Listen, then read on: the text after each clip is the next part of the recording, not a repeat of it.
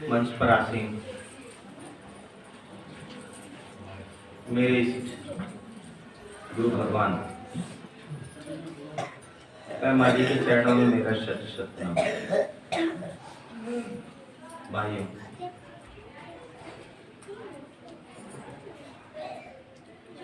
देखिए,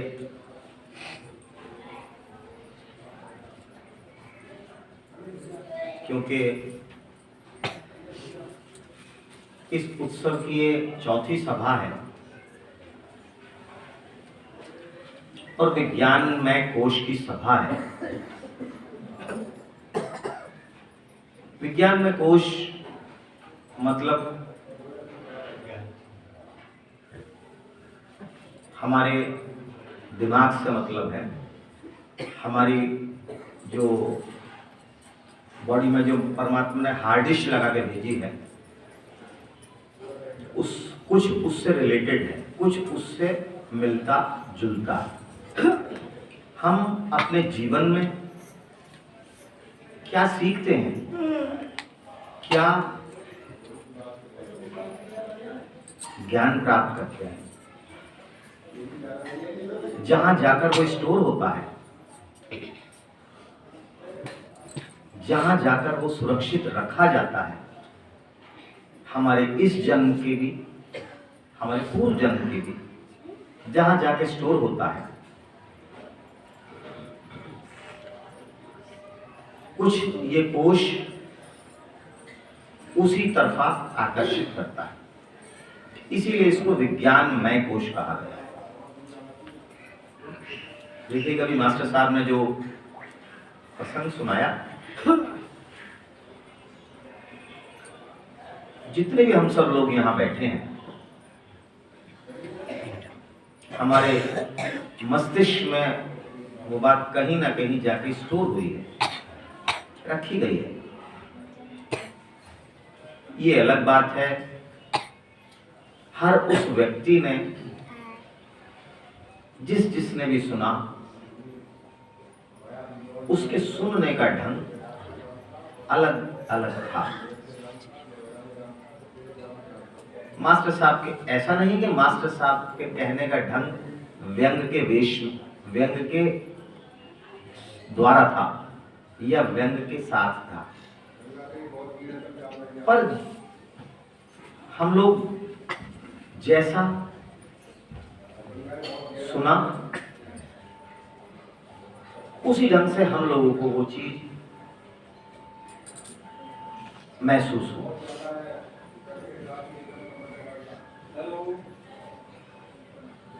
ऐसा केवल ये हमारे मस्तिष्क से संबंधित होता है। जो भी तीसरी सभा सुबह गई है, मनोमय कोश की, ये उससे अगली सभा है, जिसको कहा जाए सेकंड लास्ट, है ना। जिन लोगों ने, अब देखिए, दिक्कत ये है, अगर किसी बच्चे ने दूसरी कक्षा पास नहीं करी तो चौथी कक्षा में बैठ ही नहीं सकता। अगर बैठेगा, उसके माँ बाप ने जबरदस्ती बैठा दिया, तो वो शिक्षा उसके समझ में नहीं आएगी। कारण ये है, गुरु भगवान कहते थे कि इन 5 कोशों की शिक्षा लेने के लिए आपको शुरू से सारे कोशों का अनुभव करना पड़ेगा। ऐसा नहीं है कि अगर कोई भक्त चौथी सभा से आया है तो उसे कुछ भी पता नहीं लग पाएगा क्या पीछे बीत गया।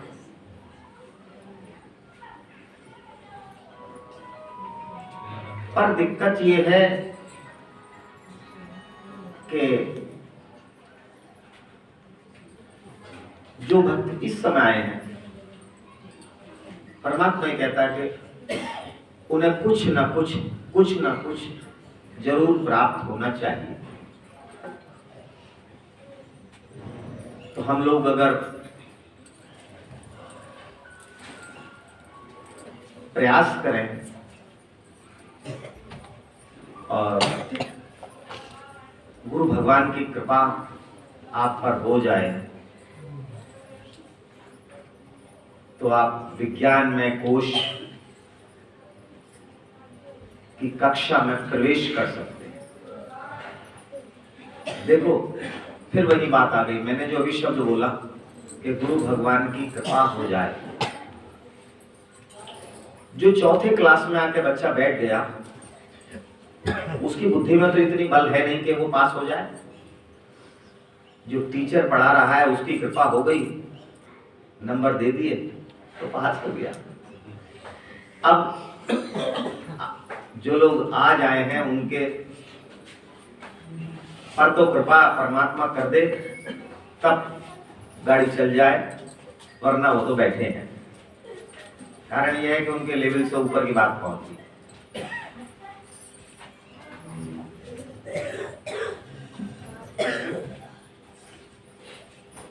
एक दोहा आता है जो हम सब लोगों का भ्रम है।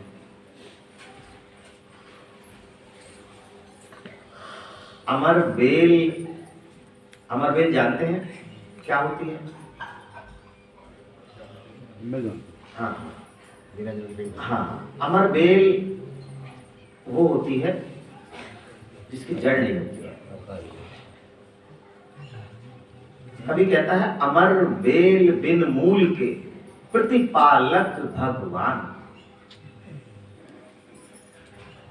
जिसकी जड़ ही नहीं है, जब परमात्मा उसको जीवन दे सकता है। ये सुनने में बात बिल्कुल अटपटी लगेगी, और हम लोगों को ये लगता है कि मैं हूं तो घर का पहिया चल रहा है। बताओ वास्तविकता है या नहीं? हमको ये लगता है कि बड़ा मेरे बिना जीवन नहीं चल सकता, मेरे बिना इस घर की गाड़ी का पहिया नहीं चल सकता। कोई महिला सोचती है मैं खाना बना के नहीं दूं तो भूखे मर जाऊं। आपस में होता है ये बात, बहुत कॉमन सी बात कर रहा हूं। मगर आप देखो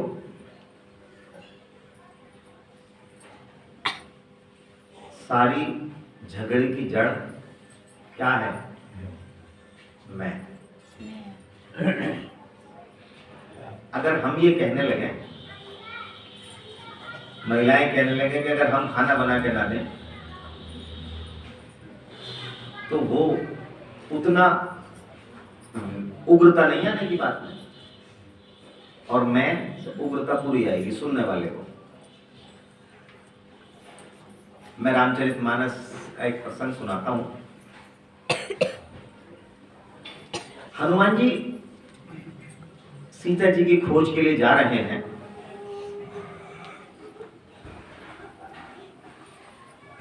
बेटे बैठो।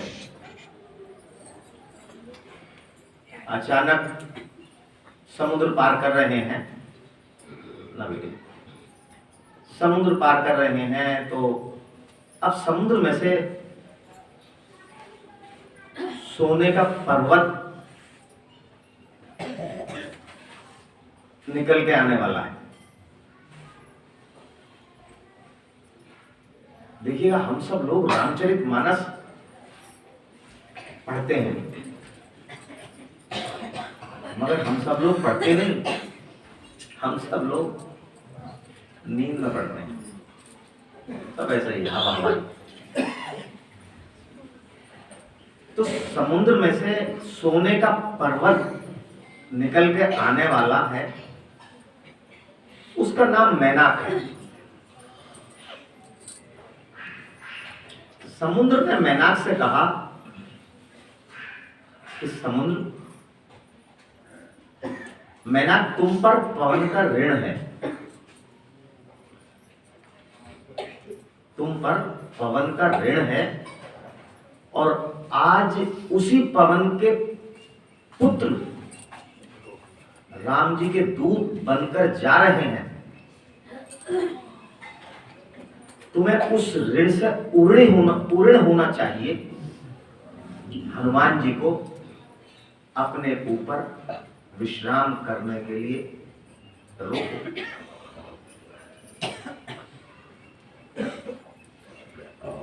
अब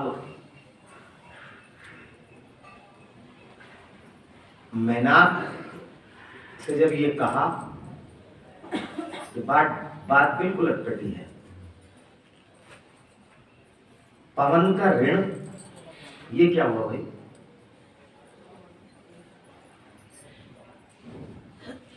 हमारे पौराणिक, अगर आप पुराण का मंचन करते हैं तो वहां आपको पढ़ने को मिलता था, पहले जो ये पर्वत थे, इन पर्वतों के पंख हुआ करते थे।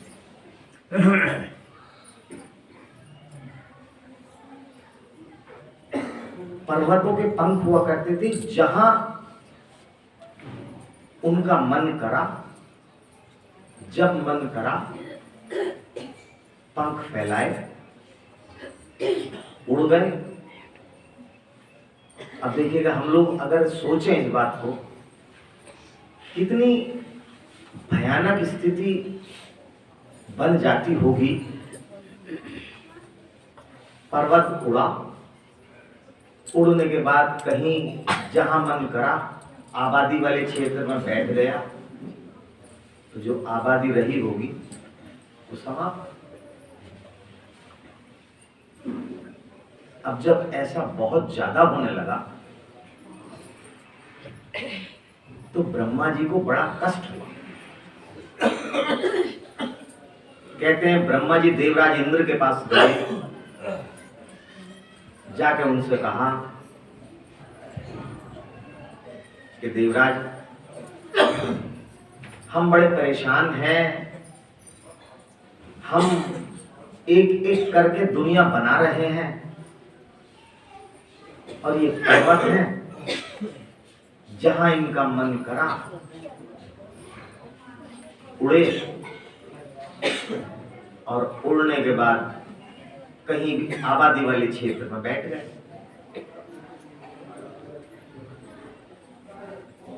तो देवराज इंद्र बोले कि भाई देखो, बनाने वाले तो आप ही हैं, हमारी तो ये दुनिया है, हमारे इस संसार में रहने का तो सबको अधिकार है।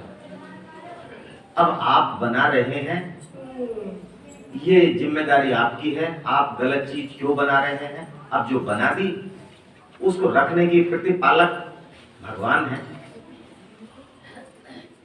इसलिए हम तो कुछ कर नहीं सकते, क्योंकि आप बना रहे हैं।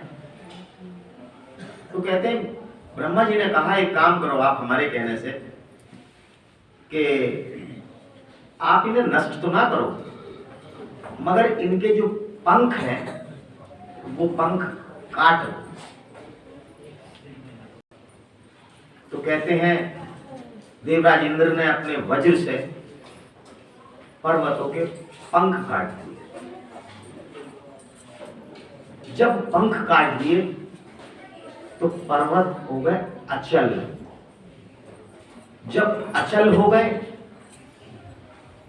हमें नुकसान पहुंचाना बंद कर दिया, हमें हानि पहुंचानी बंद कर दी। तब से हम पर्वतों की पूजा करना